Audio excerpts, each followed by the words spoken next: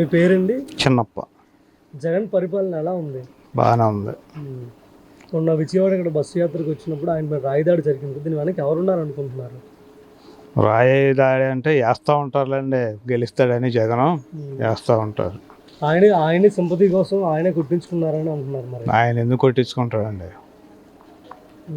ఎవరు వేసారు, కావాలని వేసారు. ఆయన ఎందుకు కొట్టించుకుంటాడు? కొట్టించుకోడు. అప్పుడు కోడి కత్తి డ్రామా ఆడారు, ఇప్పుడు రాయితో డ్రామా ఆడుతున్నారు అంటున్నారు. ఇవన్నీ డ్రామాలేనండి, టీడీపీ డ్రామాలు అంతే. ఈ నియోజకవర్గం వచ్చేసరికి కొండ ప్రాంతం. ఇక్కడ ఈ కొండ ప్రాంతంలో ఏమైనా డెవలప్మెంట్స్ జరిగాయి గత 5 ఏళ్లలో? జరిగింది. దేవినేని అవినాష్ ఇక్కడ ఇన్ఛార్జ్గా కూడా ఉన్నారు. చాలా అభివృద్ధి చేశారని ఇక్కడ చాలా మంది జనం ఉంటున్నారు. నిజమేనా? ఎలాంటి డెవలప్మెంట్స్ జరిగాయి ఇక్కడ? రోడ్లు, డ్రైనేజీ, కరెంటు స్తంభాలు ఇవన్నీ వేసారు.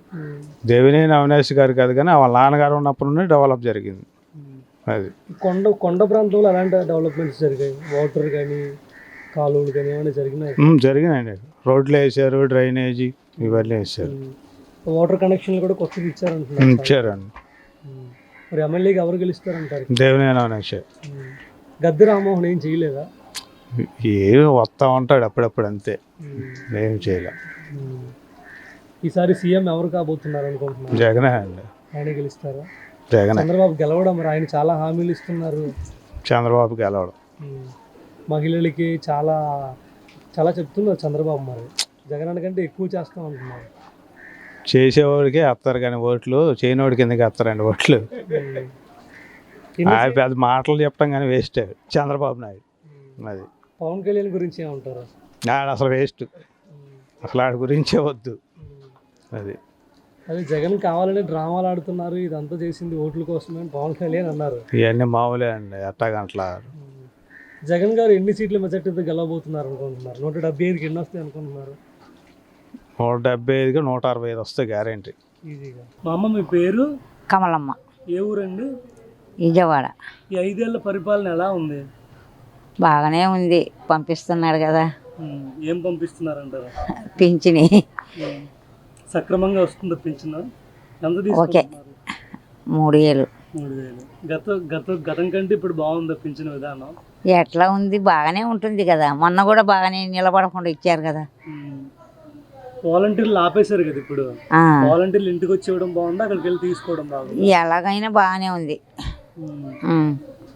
మరి ఎన్నికల్లో జగన్ గెలిపిస్తారంటారా? అలాగే నేను తింటున్నాం కదా, ఇయ్యాలిగా. అది మీ ఇంట్లో ఏమొచ్చాయండి సంక్షేమ పథకాలు? ఆ పింఛన్ ఒకటి సక్రమంగా వస్తుందా? మరి ఇక్కడ దేవినేని అవినాష్ని గెలిపిస్తారా, లేదంటే గద్దె రామ్మోహన్ మీ ఎమ్మెల్యేగా? జగన్ ఎవరు పక్కుంటే వాళ్ళనే అంటారు. అంతే.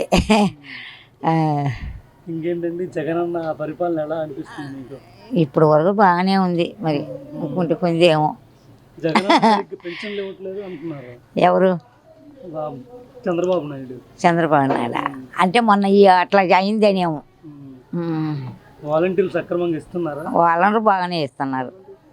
డబ్బులు తీసుకుంటున్నారు ఏమైనా లంచాలు? లేదు, లంచాలు పంచాలు అవి ఎప్పుడు తీసుకోరు. మీరు రేషన్ ఎక్కడ తీసుకుంటున్నారు? రేషన్ ఎక్కడైనా ఇస్తున్నారుగా. అప్పటికంటే ఇప్పుడు బాగుందా రేషన్ తీసుకో? రేషన్ బాగానే ఉంది, ఎప్పుడంటే అప్పుడు ఇస్తున్నారుగా. 10 రోజులలో ఇచ్చేస్తారు. చంద్రబాబు వస్తే 4000 పెన్షన్ ఇస్తా ఉంటున్నాడు. మరి పోనీలే, ఎందుకు మనకు? నమ్మరా ఆయన మాట? మన వాళ్ళ నాన్నని బట్టి అయ్యాలి కదయ్యా. జగన్ గెలిపిస్తారా? అంతే.